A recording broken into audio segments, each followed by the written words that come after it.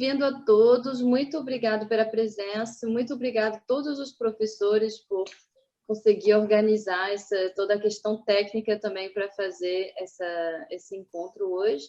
Hoje a gente tem o prazer de receber a Anne Justino, que é pesquisadora, bióloga, que trabalha com poluição em Recife, lá no Nordeste. E então ela vai falar sobre o trabalho dela no contexto de France Ecolab, porque ela já participou ano passado e esse ano, nessa nova edição, ela também está com a gente para falar sobre os assuntos que ela pesquisa. Eu deixo a palavra com ela agora. Obrigada, Anne. Obrigada, Julie. Bom dia para o pessoal que está aí. Eu estou vendo que tem bastante gente. Hoje eu descobri que tem gente desde 8 anos até 18 aqui. Então, a gente vai tentar conversar com vocês. Eu vou fazer uma apresentaçãozinha aqui, vou compartilhar o slide. Mas, no final, vocês se sintam à vontade para interagir, conversar, falar alguns conceitos que vocês também já conheciam. Eu sei que tem o pessoal daí do Colégio Suíço Brasileiro, o pessoal que está mais avançado, então talvez vocês também consigam me ajudar um pouquinho. Vou compartilhar aqui a tela. Então, como a Julie falou, eu sou pesquisadora aqui em Recife, na Universidade Federal Rural de Pernambuco. Basicamente, eu trabalho com ecologia de peixes e contaminação, principalmente contaminação por microplástico em peixe. Minha área é mais de poluição, mas como eu sou bióloga, então a gente resolveu que eu ia conversar um pouquinho com vocês, um pouco sobre biodiversidade. E por que a gente tem que conservar, né? E esse ano é o tema do France Ecolab, e aí eu vou tentar mostrar para vocês algumas coisas, talvez vocês tenham algumas ideias, e também vou deixar uma bibliografia no final que pode ajudar vocês a escolherem uma espécie ameaçada de extinção, enfim. Então, primeiramente, principalmente, eu vou dar aqui uns conceitos, talvez fique chato para o pessoal que é mais novo, mas eu vou tentar ser o mais didática possível. O que é biodiversidade, né? De acordo com a Convenção da Biodiversidade, biodiversidade é a diversidade biológica e ela é definida como a variabilidade de organismos vivos de todas as origens, compreendendo, dentre outros, os ecossistemas terrestres, marinhos e outros ecossistemas aquáticos, como, por exemplo, animais de rio, enfim, e os complexos ecológicos de que fazem parte, ou seja, toda a teia trófica. Também compreende a diversidade dentro das espécies e entre as espécies e entre os ecossistemas. Então, basicamente, é uma grande variabilidade genética, uma grande variabilidade específica e de ecossistemas. Eu trouxe para vocês essa imagem aqui, que é de um recife de coral. O recife de coral ele é um ecossistema que a gente sabe que é bastante biodiverso. Aqui vocês conseguem ver, tem uma tartaruga, alguns peixes borboletas, outros peixezinhos, uns corais, lá atrás tem uns peixes pelágicos, então a gente está vendo aqui uma grande biodiversidade, é bastante diverso, tem diferentes espécies nesse ecossistema. Mas e aí, por que a biodiversidade ela é tão importante, né? Por que a gente fala tanto sobre conservação e conservar a biodiversidade? Primeiramente, a biodiversidade ela permite que a gente aumente as interações positivas entre as espécies. Aqui vocês conseguem ver um garotinho que está pescando num lago, por exemplo. Tem aqui uma ave que está se alimentando de espécies de peixes. Todas essas setas aqui são interações ecológicas. Então, quanto mais biodiversidade, mais interação ecológica a gente vai ver. Mais setinhas a gente vai estar observando aqui. E isso é positivo para o ecossistema, positivo para a variabilidade. E qualquer mudança dentro dessa diversidade específica, ela pode provocar um impacto desproporcionalmente alto no funcionamento de um ecossistema. Se a gente tem uma espécie dessa que some, pode ser que tenha um problema desde o início até o meio, até o topo da cadeia alimentar, aqui, até o topo da teia trófica.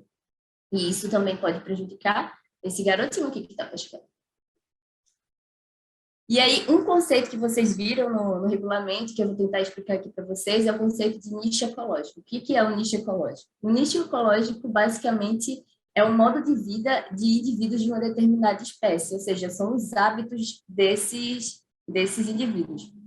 Mas o nicho ecológico, ele engloba todas essas interações, tanto entre as espécies e o ambiente biótico, ou seja, o ambiente vivo, né, com os seres vivos, a biologia, e o abiótico, que são os fatores físico-químicos e geológicos, que pode ser temperatura, umidade, tipo de solo, que tudo isso vai favorecer determinados ecossistemas.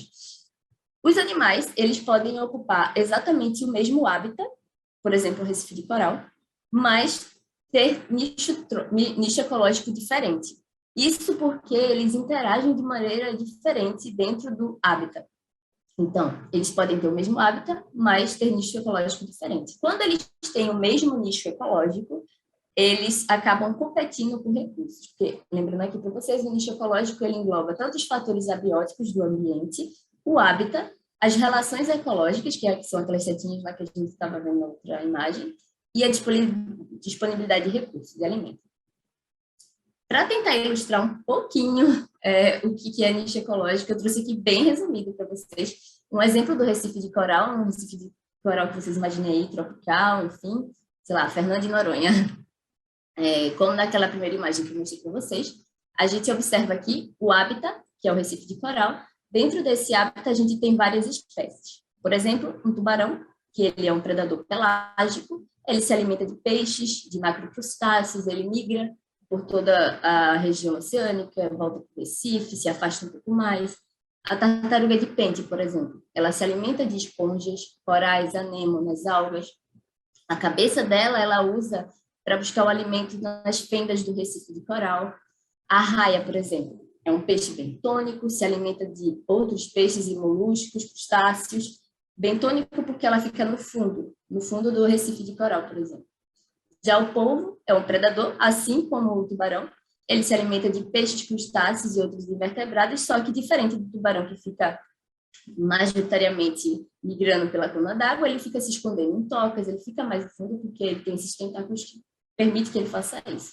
Já a barracuda, por exemplo, é um peixe predador pelágico oportunista, ou seja, ele se alimenta do que ele quiser na coluna d'água, ele vai lá e pega, porque é a estratégia que ele usa, principalmente de peixes pelágicos. Então, aqui, tudo isso aqui é o hábitat, que é um recife de coral numa região tropical, lembrando, e o nicho ecológico de cada espécie está bem resumido aqui, mas o nicho ecológico seria a espécie, aquelas interações que ele tem dentro desse hábitat, e não apenas o hábitat. Então, essa é a maior diferença entre hábitat e nicho ecológico.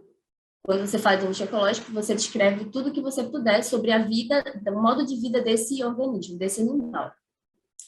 Para tentar puxar um pouco mais, sair um pouco da região oceânica, né? E tentar ilustrar com outros exemplos, eu trouxe aqui o Pantanal. O Pantanal é um bioma que a gente tem, onde tem uma planície inundada, na região centro-oeste. E, por exemplo, aqui a onça pintada, que vocês conhecem bem, né? É um animal que ele tem um hábito noturno, ele é territorialista, é um animal carnívoro, se alimenta de outros animais, de capivaras, de jacarés, entre outros. Aqui um jacaré, que é um predador também, se alimenta de peixes, e ele consegue, inclusive, controlar a população de piranhas nesse ambiente. Lembra que o Pantanal tem uma planície inundada, então, às vezes, tem bastante peixe, pode prejudicar se tiver uma superpopulação.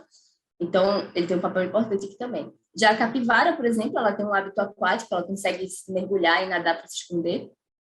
Ela é herbívora, se alimenta de capim, brotos e frutos. A anta, por exemplo, ela tem um hábito noturno, já é um animal mais solitário, herbívoro, se alimenta de frutas, plantas, consegue migrar por dentro do pântano, do Pantanal. Então, todos esses organismos aqui, eles habitam o mesmo hábitat, que é o Pantanal, o bioma. É o hábitat deles. Mas eles têm nicho ecológico distinto e eles interagem entre eles aqui dentro. Já puxando desses conceitos de nicho ecológico e aproveitando a nossa pintada aqui, vou falar um pouquinho para vocês sobre um conceito que o pessoal usa muito em ecologia da conservação, que é a espécie guarda-chuva. O que seria nessa espécie guarda-chuva? Aqui vocês estão vendo um guarda-chuvinha e uma onça carregando ele, protegendo aqui a capivara, um tamanduá. Basicamente, espécies guarda-chuvas são espécies que são selecionadas para decisões relacionadas à conservação, porque a conservação dessas espécies ela afeta indiretamente a conservação e a proteção de outras espécies dentro do ecossistema. Ou seja, se eu protejo a onça, eu posso estar protegendo indiretamente as outras espécies e até mesmo o ecossistema que ela está.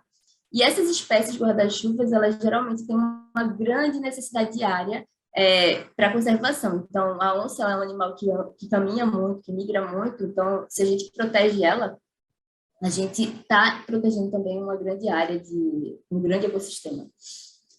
Além da espécie guarda-chuva, a gente tem um outro termo, que é a espécie bandeira, que o pessoal usa também, às vezes, comparando com a espécie guarda-chuva. Pode ser, uma espécie guarda-chuva pode ser uma espécie bandeira. Aqui a gente está vendo o exemplo do projeto Tamar, que é a tartaruga marinha.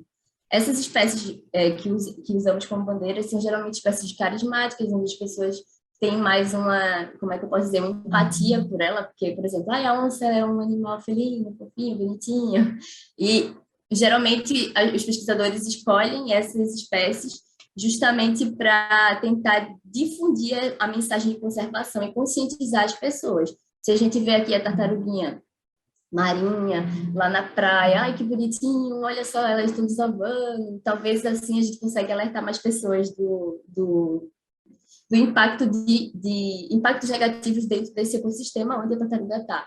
E, inevitavelmente, a gente acaba dando uma consciência para as pessoas de proteção da biodiversidade em geral, não somente dessas espécies que são carismáticas, como, por exemplo, o golfinho, peixe-boi, a onça, enfim.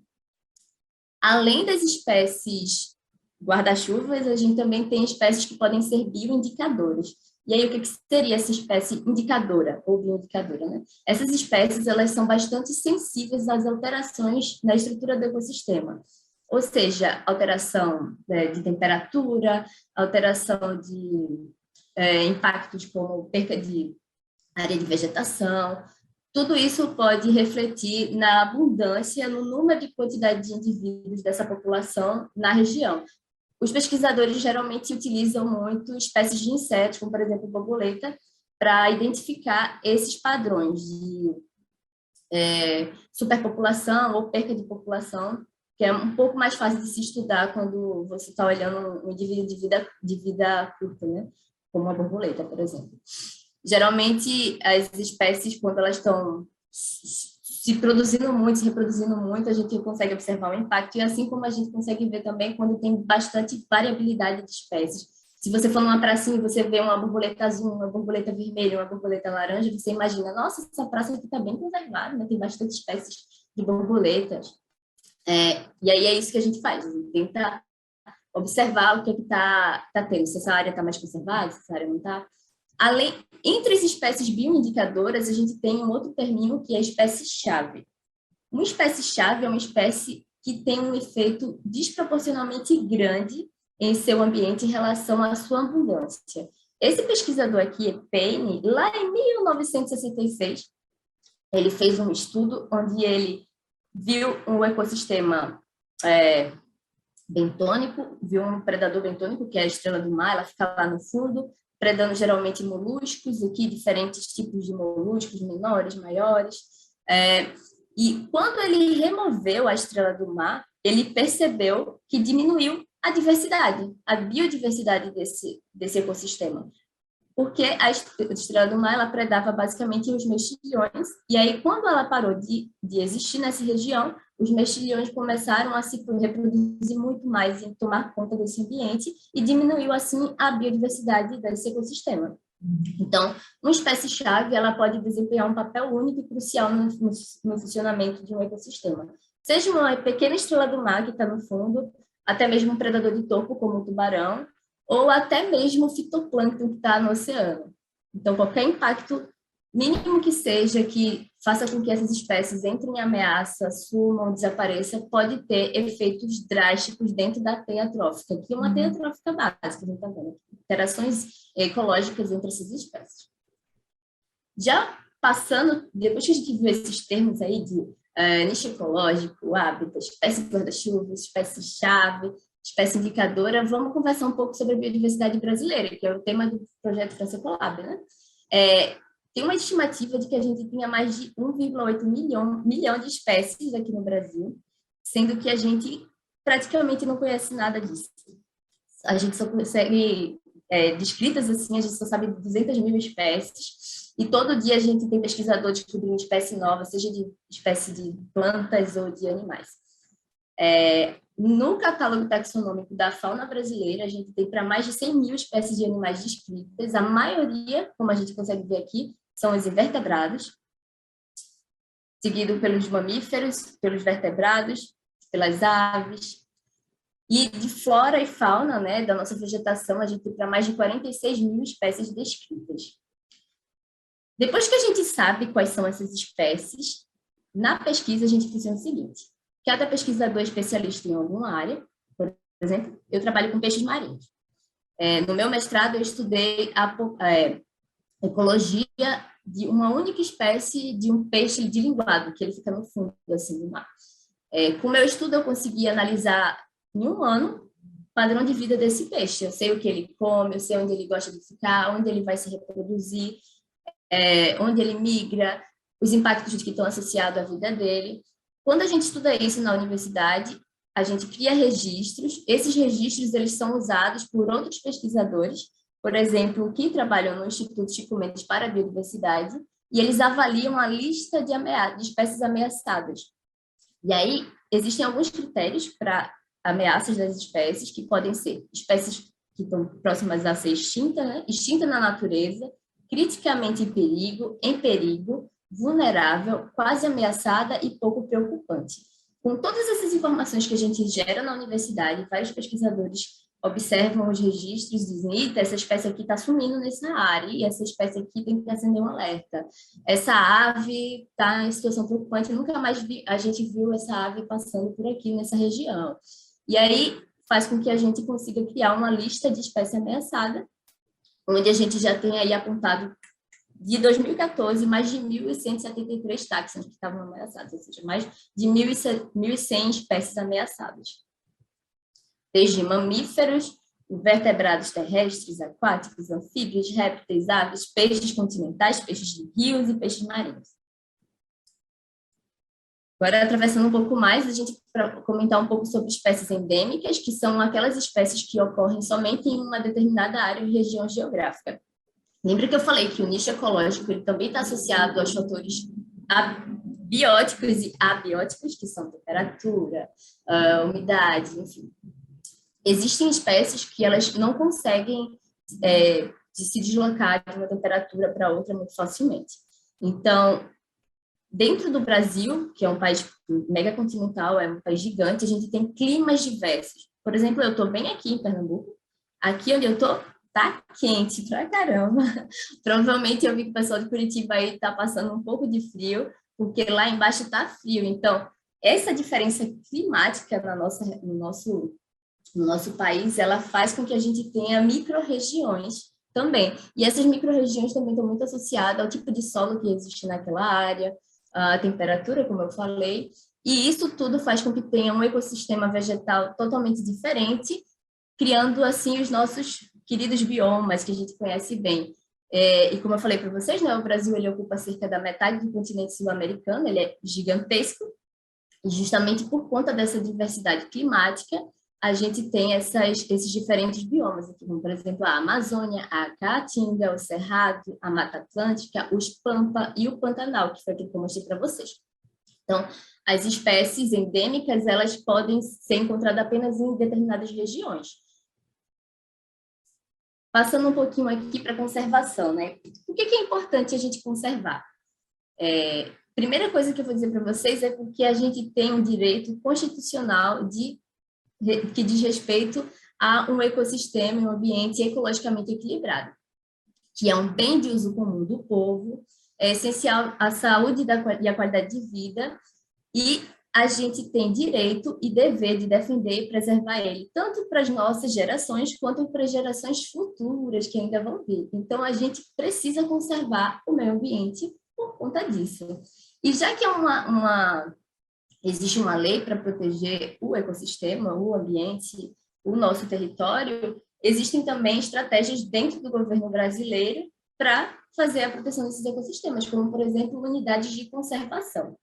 Essas unidades de conservação, elas permitem a manutenção dos recursos naturais. E essas unidades, elas podem ser basicamente de uso indireto ou proteção integral, quando você tem uma região, eu não sei se vocês conhecem, mas aqui no nosso litoral brasileiro, a gente tem o arquipélago de São Pedro e São Paulo e o Atol das Rocas. O Atol das Rocas é uma área de proteção integral, ninguém entra lá, ninguém pode pescar lá, ninguém pode passear lá, fazer turismo lá.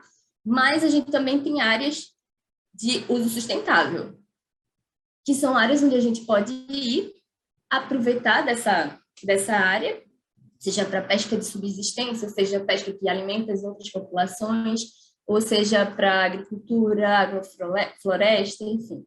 Existem categorias de conservação para isso. A gente consegue, pela legislação brasileira, proteger determinadas áreas e garantir a biodiversidade. Quando a gente protege essas áreas, a gente acaba criando corredores ecológicos que basicamente liga uma área preservada à outra e faz com que a gente tenha uma grande distribuição, seja dispersão de sementes, de fluxo gênico, espécies que circulam nessas áreas e acabam evitando chegar até as áreas de cidade. Então, se a gente protege algumas áreas, a gente garante a manutenção dos processos ecológicos, a conexão entre as áreas preservadas e também a variabilidade das espécies aqui, a biodiversidade, sejam espécies vegetais ou de animais. E por que isso tudo é importante, né? A gente sabe que proteger é um direito da lei, garantido em lei, e o ecossistema equilibrado que a gente precisa e tem que ter por garantia, ele garante com que a gente tenha água para a gente beber, ele garante que a gente tenha ar purificado para a gente respirar, ele garante também, assim, o alimento que a gente usa para comer.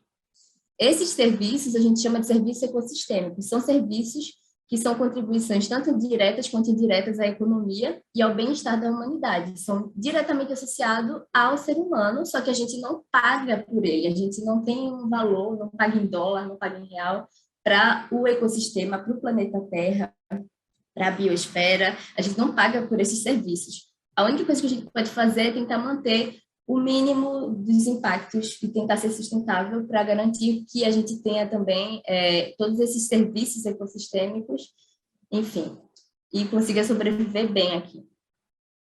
Entrando mais nos impactos, eu trouxe essa imagem para mostrar para vocês aqui, que mostra exatamente como foi a ocupação humana, tanto no continente, na Terra, quanto no oceano. A gente vê aqui, de cara, a gente vê uma grande diferença entre a ocupação humana no continente, que foi muito rápida, de repente os seres humanos estavam caçando aqui mamutes e eles já estavam com indústrias, e aí já tem cidades e agricultura. Já no ambiente marinho foi um pouco mais demorado. A gente conhece muito pouco, inclusive, do fundo do oceano. Mas também, ainda assim, a gente teve uma grande ocupação. A gente observa aqui barcos de pesca, pequenos barcos, já grandes barcos e arrastando o fundo do oceano, até mineração no fundo do mar. Essa ocupação humana, ela está ocasionando vários impactos, como vocês observam hoje em dia, né? Tanto a poluição, quanto, principalmente, as mudanças climáticas, que estão diretamente associadas com essa ocupação humana e o uso desenfreado dos recursos naturais. Toda essa ocupação faz com que a gente perca espaço para a biodiversidade, que é aquilo que a gente estava discutindo desde o início. Então, as espécies, elas perdem espaço nessas regiões e acabam sem ter lugar para ir. Muitas vezes, elas são extintas. E aqui, só para lembrar para vocês, existe um termo para isso, a gente chama de defaunação, que é quando as espécies, elas correm o risco de ameaça de extinção a ser extinta. Eu trouxe para vocês o livro vermelho da fauna brasileira ameaçada. A gente tem esse volume aqui, que tem várias espécies, que vocês encontram nesse site do ICMBio. Lá vocês vão encontrar não somente nicho ecológico, mas todas as pesquisas associadas e explicação por que essa espécie está em extinção ou porque ela está ameaçada de extinção, enfim. E aí vocês podem escolher dentre mamíferos, aves, répteis, anfíbios, peixes e invertebrados. Só para vocês ficarem...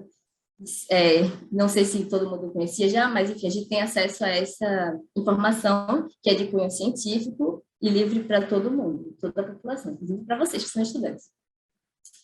E é basicamente isso que eu tinha para falar para vocês. Qualquer dúvida, vocês, inclusive, podem conversar comigo agora, liguem suas câmeras e podem falar comigo. Se eu não souber ajudar vocês com alguma informação, a gente procura e tenta resolver depois. Obrigada. Muito obrigada, Ana. Agora vamos para perguntas. Não fiquem tímidos. Ontem o pessoal começou a falar, era 10 minutos para acabar a aula deles. Podem levantar a mão. Estou vendo uma mão levantada ali na escola. Pode falar. Com licença, então, eu queria fazer uma pergunta, assim, como vocês, assim, pretendem, assim, anular essa, ou pelo menos, assim, diminuir a poluição, assim, do ar, para evitar com que, no caso,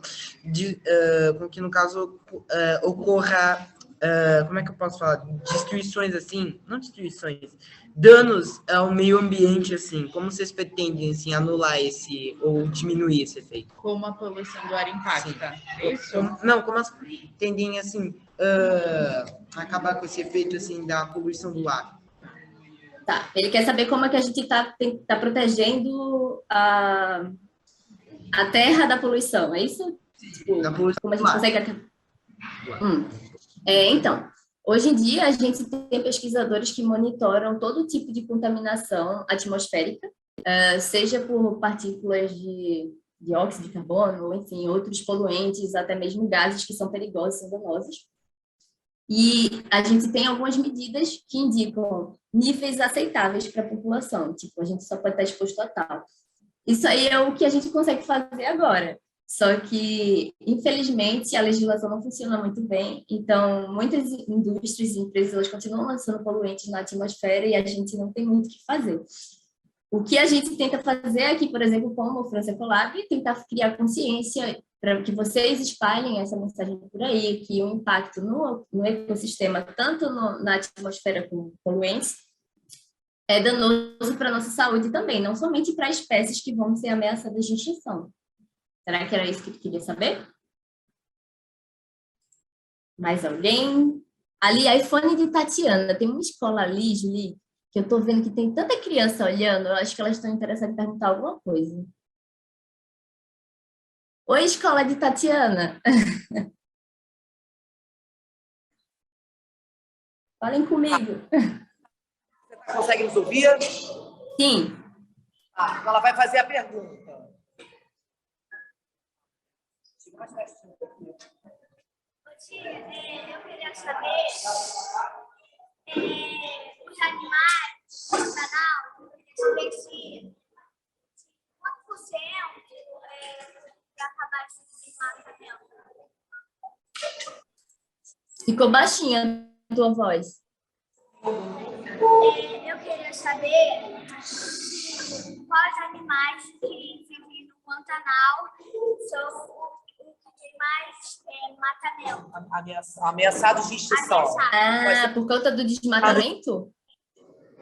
Quais são os mais Vários. ameaçados de extinção hoje? A gente tem vários. A anta, por exemplo, é um deles. A anta a gente quase não ouve falar, mas é um animal que está bastante ameaçado. A gente ouve muito falar sobre as onças, mas todos eles estão bastante ameaçados de extinção por conta do... Óbvio, não dentro da classificação. Lembra que tem uma listagem, vocês têm que checar lá para ver quais são as espécies que estão ameaçadas, qual que é o grau de ameaça que essas espécies estão passando agora. Mas, por exemplo, a anta é uma delas, um desses animais que está bastante ameaçado. Obrigada. Alguém falou aqui do Colégio Santa Maria, por que não transformas os corredores ecológicos em áreas preservadas? Então, esses corredores ecológicos, eles funcionam mais como... Não tem como a gente criar uma grande área preservada, porque a gente sabe que o ser humano está ocupando bastante espaço, né? Então, quando a gente consegue criar uma única área preservada e que liga a outra área preservada, a gente já fica bastante feliz, porque é muito difícil conservar essas áreas. Vocês imaginem só, quando vocês vão para uma praia que tem uma plaquinha ali de unidade de conservação, de proteção, vocês imaginem, tem várias casas ao redor, essa área é bastante restrita, o espaço é pequeno de proteção, então já é muito difícil conservar essas áreas, falando como sociedade. Imagina proteger também os corredores. Esses corredores são basicamente um resultado dessas áreas protegidas. Eles acabam ficando preservados por conta dessa biodiversidade toda que circula entre eles. Mas a gente não consegue transformar os corredores ecológicos em áreas preservadas, não. Pode falar. Tem mais uma pergunta aqui da escola Dídia Machado. Mais uma criança querendo fazer uma pergunta.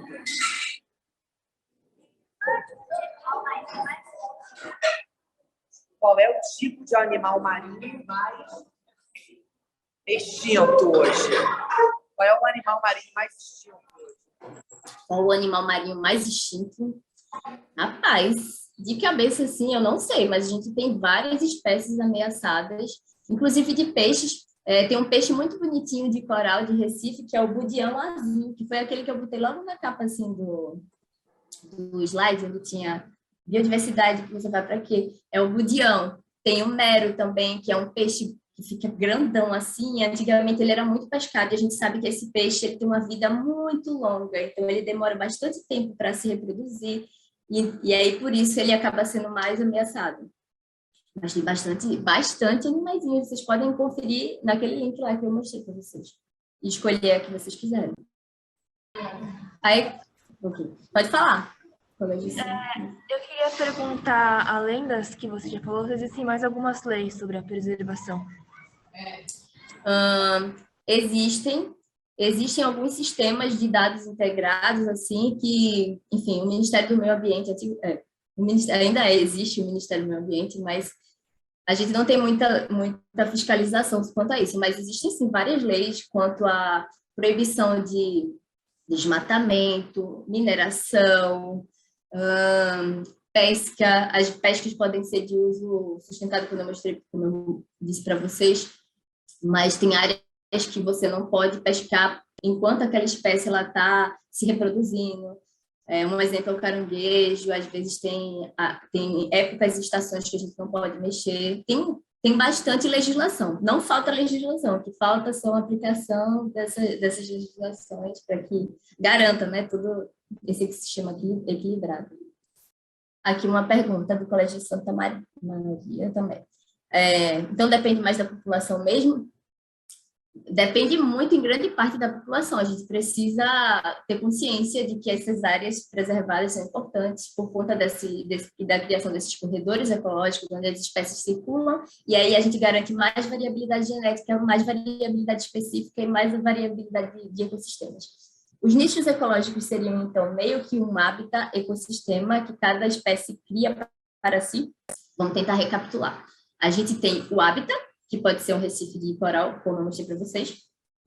Dentro desse hábitat, que é a casa do bicho, a casa onde ele mora, a gente pode ter várias espécies que ocupam nichos ecológicos diferentes.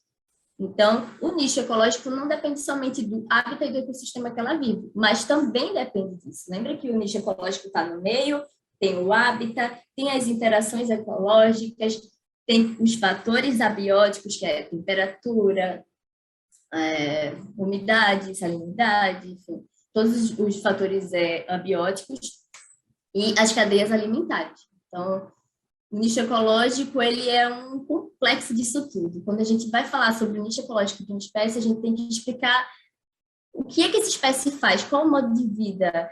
Lembra que vocês vão defender uma espécie. Então, se vocês querem defender essa espécie, vocês têm que conhecer ela muito bem. É como se vocês estivessem fazendo aí a espécie é ídola de vocês e vocês querem defender ela, e vocês dizem, mas essa espécie aqui ela é importante porque ela faz isso, ela se alimenta aqui, ela migra para lá e ela come aqueles animais, e aqueles animais são importantes para isso. Tentem englobar várias coisas do nicho ecológico que vocês encontrarem para essa espécie. Se ficar confuso, vocês avisem. Podem falar, gente, o microfone aí. Aqui temos Julieta Gambodi. Anne comentou muito bem sobre a conservação dos ecossistemas. Muito obrigada, esse assunto é fundamental, não só dentro da escola. Lembrando aos alunos que existem várias categorias de conservação. É importante que saibamos reconhecer as principais.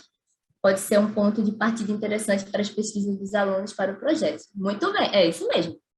Existem várias categorias de conservação, então a gente tem que Tem que entender um pouco disso, e acho que é importante, sim, para vocês conhecerem as principais e falar sobre isso nos projetos, para que eles fiquem competitivos. Pode falar do Colégio Nossa Senhora do Morumbi. Qual que é o animal mais caçado do Brasil? Eu acho que é a onça. Eu chuto a onça. O que vocês acham? Vocês acham que é a onça também? É porque a onça é mais carismática, né? Então a gente geralmente tende a achar que é a onça. Será que é um peixe? A gente tem que ver isso. Acho que a gente tem que pesquisar. Qual que é o animal mais caçado do Brasil? Fica aí a dúvida. Existe lei para caça no Brasil? E como é que funciona? Existe lei para caça no Brasil, é proibido a caça de alguns animais, até inclusive aquático, como a pesca de alguns animais, como eu tinha comentado para vocês, em determinadas circunstâncias e em determinadas áreas. Mas não funciona, mas existe. E isso é importante na hora de vocês defenderem o projeto de vocês. Citar que existe, sim, medidas que podem proteger. E por que é importante proteger essa espécie? Porque é permitido por lei, tem legislação para isso. Então, é uma boa base para vocês focarem também. Anne, eu tenho uma pergunta que eu lembrei de um caso. A gente tem aqui em Belo Horizonte a Lagoa da Pampulha, que também vão dar apoio moral. Eu estava com vergonha de perguntar na câmera, agora eu sei. Que assim, houve uma sucessão de introdução de espécies pelo poder público que prejudicou o ecossistema da lagoa, né? Então, assim, existe caso de extinção por ação humana de alteração nesse sentido de inserir espécies e tal no Brasil? Porque a gente estava falando aqui, os meninos lembraram do caso do javali. Como que essa inserção de espécies, mudança de locais, afeta ela? É bem lembrado, a história do javali é uma boa mesmo. Quando o ser humano ele coloca algumas espécies que não eram para ser daquela área, essas espécies tendem a se adaptar, e dependendo da espécie, ela se adapta muito bem. Ela consegue modificar o nicho ecológico dela e se adequar a esse ambiente novo. E aí, acaba, por exemplo, pode ser um mega predador, numa área que antigamente tinha aquele predador que controlava as populações de maneira ecologicamente equilibrada, e quando você insere essa espécie, ela começa a caçar todos os outros bichos, e aí pode ser que ela caça uma espécie chave, né, que é aquelas espécies que podem alterar completamente o funcionamento da teia trófica, e isso é bem danoso. É uma importante observação mesmo. Existem muitos casos, não existem poucos não. Vale a pena vocês pesquisarem também sobre isso.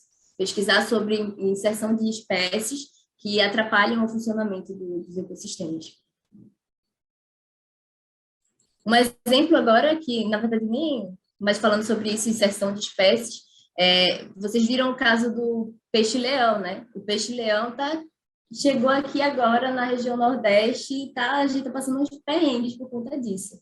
Ele é um peixe que tem uns espinhos, assim, ele não tem predador aqui, não tem predador natural.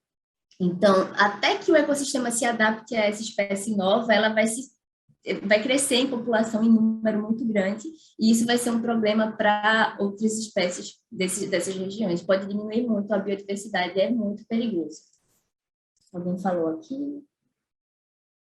A professora está representando Elisângela e Marisa. Ok, professora.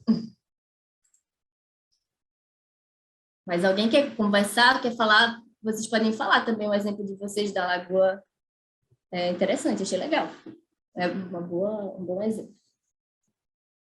Eu queria saber assim, quais são assim, os principais desafios, né, para se conservar, para conservar a biodiversidade. Quais são os principais desafios que vocês encontram, que a gente encontra? Bem, desafio a gente tem bastante. O primeiro é defender essas espécies aí, né? Porque como é que a gente conversa com um exemplo aqui do Pantanal, mas só para ilustrar, nada, não é para vocês ficarem forçando, porque eu estou falando tanto, às vezes eu fico achando que eu posso estar influenciando vocês. Mas, por exemplo, a onça. O que a gente tem que falar para os caçadores que tem que proteger essa espécie? para as pessoas, as populações daquela área, elas têm que entender o porquê que é importante proteger algumas espécies.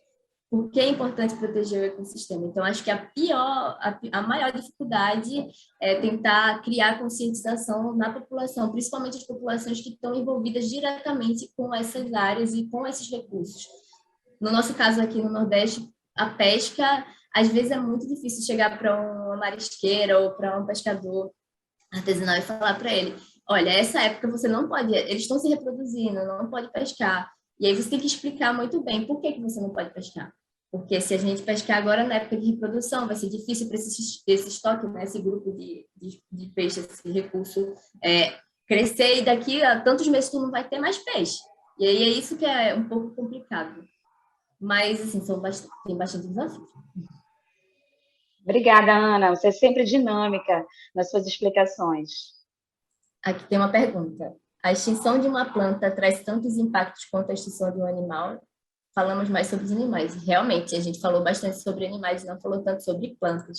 Mas sim, porque imagina, vamos lá, a gente não sabe, vamos citar a floresta amazônica. A floresta amazônica é um grandíssimo território onde a gente tem diversas espécies de plantas e animais, insetos, é muito biodiverso. Esse ecossistema, por ser biodiverso, ele é bastante resiliente.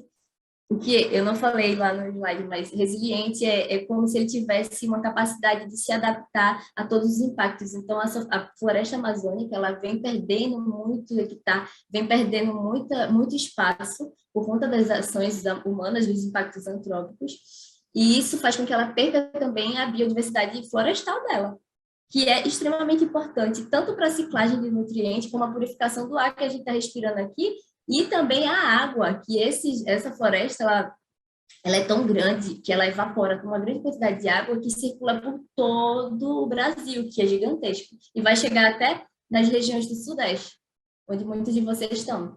Então, as plantas têm um papel muito importante também. A gente está falando mais de animal aqui, principalmente porque a gente sabe que é mais fácil. Lembra da espécie guarda-chuva? É mais fácil a gente, e a espécie bandeira, é mais fácil a gente olhar para um bichinho bonitinho e mostrar assim para as pessoas, gente, olha que bichinho fofinho, protege ele.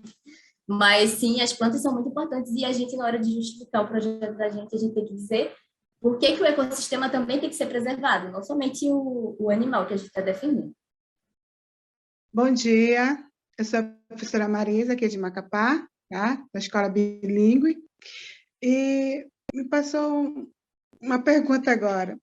Eu sempre vejo pela televisão ONG ajudando os animais que são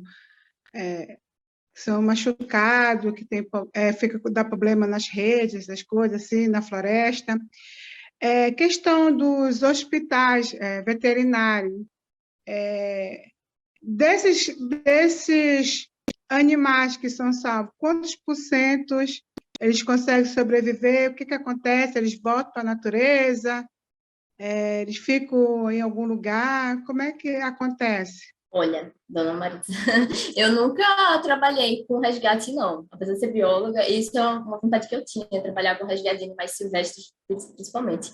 Eu não faço ideia de quantos porcentos que conseguem voltar para a natureza, mas aqui em Pernambuco a gente tem, por exemplo, um órgão, que é o CIPOMA, que ele resgata alguns animais silvestres, por exemplo, de tráfico, aves, enfim. E eles levam para lá e eles cuidam deles até eles ficarem aptos a voltar à natureza novamente. Não tenho ideia de quantos por cento, mas eu acho que o trabalho deles é muito bom e eles conseguem ajudar muito. Ah, tá. Obrigada. Em Minas Gerais existe uma ONG muito bacana chamada Asas e Amigos. Recebem muitos animais de tráfico que não podem ser desenvolvidos na natureza. Muito importante o trabalho da ONG. Ana, assim, só assim uma rápida resposta para a gente, assim, o que é que cada um de nós assim pode fazer para contribuir para a preservação da biodiversidade? Primeira coisa, repassar tudo que vocês ouviram Se eu conseguir atingir o coraçãozinho de alguém, agora eu vou fazer aqui um apelo emocional para vocês.